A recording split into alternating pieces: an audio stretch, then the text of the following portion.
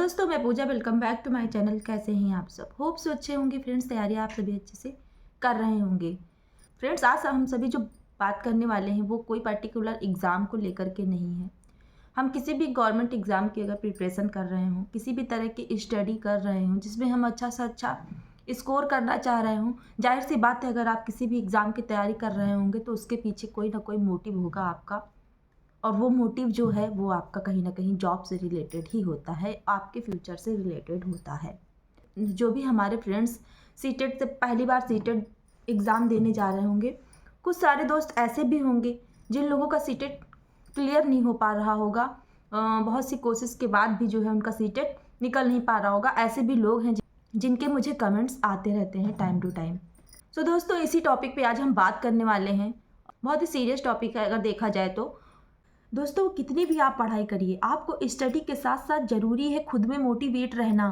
खुद में मोटिवेशन जब तक आपको नहीं होगा तब तक आपको जो है उतना ज़्यादा स्टडी भी हेल्प नहीं कर पाएगी। इसीलिए आप सभी जो है खुद में मोटिवेट रहिए।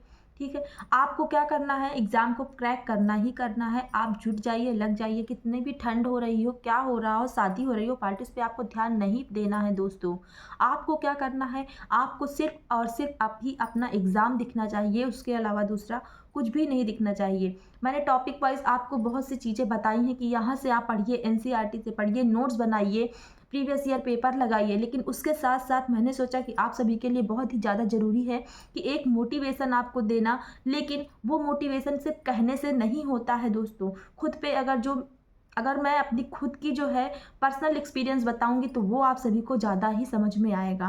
तो इसीलिए मैंने सोचा क्यों नहीं आप सभी को मेरा ये जो खुद का पर्सनल एक्सपीरियंस रहा है कि अगर मोटिवेशन का कहीं ना कहीं कमी हो जाती है, कहीं ना कहीं अगर आप जरा सभी अपने गोल से भटक जाते हैं तो उसका क्या खामियाजा भुगतना पड़ सकता है आप सभी को। मैं आशा करती हूँ कि ये वीडियो देखने के बाद आप सभी पढ़ने पे पक्का मजबूर हो जाएंगे और आप सभी आज से और अभी से पढ़ना स्टार्ट कर देंगे। दोस्तों, ये टाइम हो रहा है दोस्तों 12:30 बज रहे हैं आप सभी के रात के। और अचानक से मेरे अंदर जो है बहुत से लोगों के कमेंट्स आए। सभी ये पूछ रहे थे कोई पेपर 1 कोई पेपर 2। लेकिन मैं भी एक स्टूडेंट हूँ, मुझे भी पता है कि स्टूडेंट क्या होता है, इधर उधर भटकते ज़्यादा हैं और अपने गोल पे फोकस उनका थोड़ा सा कम हो जाता है।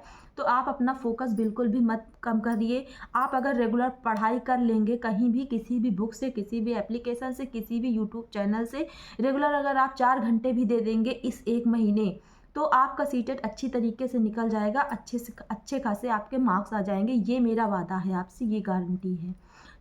आपको क्या करना है, अपने गोल से भटकना नहीं है। आप अपना एक टाइम शेड्यूल सेट कर लीजिए कि आपको इतने से इतने टाइम पढ़ना ही है। जब भी आपको अच्छा लगता है पढ़ना, चाहे वो रात हो, चाहे दिन हो, चाहे वो सुबह हो, चाहे वो दोपहर हो, ये कुछ भी मैटर नहीं करता। ये सारी चीज़ें जो होती हैं ये कहने की बातें होती हैं। आपको जब भी पढ़ना बेटर लगे आप तब पढ़िए। आप लिख कर पढ़ना चाहे लिख कर पढ़िए, आप पढ़कर बोल कर, या आपको जिस तरीके से ज़्यादा अच्छे से समझ में आता हो आप उस तरीके से पढ़िए। मैं क्या करती हूँ, मैं नाइट में स्टडी ज़्यादा बेटर लगता है मुझे। और मैं क्या करती हूँ, मैं किसी भी चीज़ को बोलकर जो है पढ़ती हूँ तो उसके बाद वो चीज़ मुझे ज़्यादा समझ में आ जाती है। या फिर मैं वीडियो में जो यूट्यूब से अगर मैं देख रही हूँ तो वो भी मुझे ज़्यादा समझ में आती है। आप सभी अपने प्रेफरेंस जो आपको बेटर लगे वैसा आप कर सकते हैं। बीटीसी के बाद जो भी मैंने अपने स्टडी के इन 4-5 सालों में कुछ जो गेन किया, तो उससे मुझे ये लगा कि इंटरनल और एक्सटर्नल मोटिवेशन में मेन डिफरेंस क्या है। क्योंकि जब तक आप किसी चीज़ का प्रैक्टिकल नहीं करते हैं आपको वो चीज़ें उतनी अच्छे से क्लियर नहीं हो पाती हैं। इंटरनल मोटिवेशन जब हम किसी चीज़ को बनाते हैं, जैसे कि इंटरनल मोटिवेशन में हम क्या करते हैं कि हमें किसी चीज़ का लालच नहीं होता है। 3 टाइप के स्टूडेंट्स होते हैं। एक तो वो जो केवल पास होने के लिए पढ़ाई करते हैं, दूसरे वो जो ज़्यादा से ज़्यादा मार्क्स गेन करने के लिए पढ़ाई करते हैं, और तीसरे वो जो कि केवल नॉलेज के लिए पढ़ाई करते हैं। तो हमको क्या करना चाहिए, स्टडी हमेशा नॉलेज के लिए करनी चाहिए। जितना हम अपना नॉलेज बढ़ा कर रखेंगे उतना ही हमें आगे चल के बेनिफिट होने वाला है। अगर हम नॉलेज के लिए नहीं पढ़ेंगे तो हम कहीं केवल अगर हम मार्क्स बढ़ाने के लिए रट्टा मार लेते हैं, उसके मार्क्स तो हमारे अच्छे आ जाते हैं लेकिन क्या रह जाता है कि हमें कहीं ना कहीं उसका डीप नॉलेज नहीं हो पाता है। जैसा कि आप सभी को पता ही होगा कि पेडागोजी में जो है अनलर्निंग होता है। उसका क्या उसकी जो मेन मीनिंग यही होती है कि किसी भी चीज़ की अगर हम नॉलेज रखते हैं, किसी भी चीज़ की नॉलेज गेन करना या फिर हम लर्निंग कर रहे हैं तो उससे क्या होता है, हमारी लाइफ में एक नया चेंज आना। और जब तक लाइफ में चेंज नहीं आता तो हमारे नॉलेज का कोई भी मतलब नहीं रह जाता है। तो लोग फ्रेंड्स हमसे सवाल करते हैं कि 69,000 वैकेंसी में आपका क्यों नहीं हो पाया। लोगों को पता होता है और कुछ लोगों को ये नहीं पता होता है कि 69,000 वैकेंसी में हम लोगों ने एग्ज़ाम नहीं हुआ था। क्यों नहीं हुआ था? तो कहीं ना कहीं वो मेरी गलती की वजह से हुआ। 69,000 वैकेंसी जो आई थी हमारी 2019 में, सभी लोगों का जो है एग्ज़ाम हुआ था। जिन लोगों ने एग्ज़ाम दिया था, कुछ लोगों का एग्ज़ाम क्लियर हुआ, केस भी चला, बहुत सी चीज़ें हुई उस टाइम पे। सो फ्रेंड्स, उस टाइम मेरा सीटेट 1 नंबर से रुक गया था। इसकी वजह से मैं फॉर्म नहीं भर पाई थी। और ऐसा नहीं था कि मेरी पढ़ाई में कोई कमी थी या मैंने तैयारी अच्छे से नहीं की थी। मैंने कोचिंग भी की थी, मैंने ऑनलाइन स्टडी भी की थी, मैंने प्रीवियस ईयर पेपर भी लगाया था, लेकिन उसके बाद भी मेरा मार्क्स क्यों नहीं आया? इसी बात को आज मैं आप सभी के सामने कहने वाली हूँ कि जो गलती मैंने की वो आप सभी वो गलती ना करें। तो सब डिस्टर्बेंस हो जाती है फ्रेंड्स। आप अपने लाइफ का गोल सेट करिए, तो उस गोल पे पूरा फोकस करिए। जब तक कि आप उस गोल को ना पालें तब तक आप किसी भी रिलेशन में, किसी भी इंजॉयमेंट में, किसी भी चीज़ में जो है अपने आप को इतना इन्वॉल्व ना करें जितना कि जिससे कि आप अपने गोल से भटक जाएं। चाहे फिर वो कुछ भी हो, या फिर लाइफ में गोल ना हो और अगर आपने कोई एम बना रखा है तो आपको पूरा अदर थिंग्स पे अपने माइंड को डिस्ट्रैक्ट नहीं होने देना है।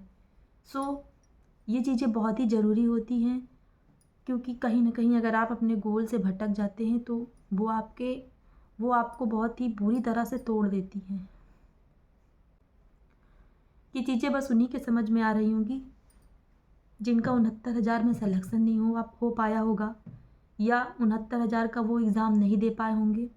ज़रूर कमेंट करिएगा अगर आप सभी में कोई ऐसे हैं जिन्होंने किसी वजह से जिनका एग्ज़ाम नहीं क्लियर हुआ 69,000 वैकेंसी में, या फिर वो जो है वैकेंसी पेपर ही नहीं दे पाए, तो मुझे प्लीज़ आप सभी कमेंट करके ज़रूर बताइएगा। मैं आप सभी के कमेंट का बेसब्री से इंतज़ार करूँगी, क्योंकि आप सभी बताइएगा, जो भी हमारे नए व्यूअर्स हैं, जो हमारे भाई बहन हैं, जो अभी सीटेट का एग्ज़ाम पहली बार देने जा रहे हैं, तो उनका इससे मोटिवेशन बढ़ेगा।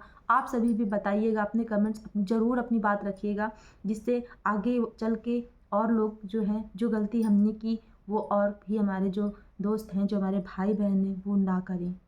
कोई भी अगर हमारी सक्सेस के पीछे बैरियर आता है तो हमें हर बार दूसरे को ब्लेम देना ज़रूरी नहीं होता है। कभी कभी हम जो है खुद की असफलता के लिए खुद ही उसका कारण होते हैं।